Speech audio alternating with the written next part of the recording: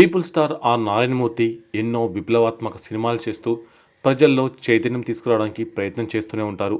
ఎన్నో super hit విప్లవ సినిమాల్లో నటించి దర్శకత్వం వహించి కొన్ని సినిమాలు నిర్మించి పీపుల్ స్టార్గా ఎదిగారు.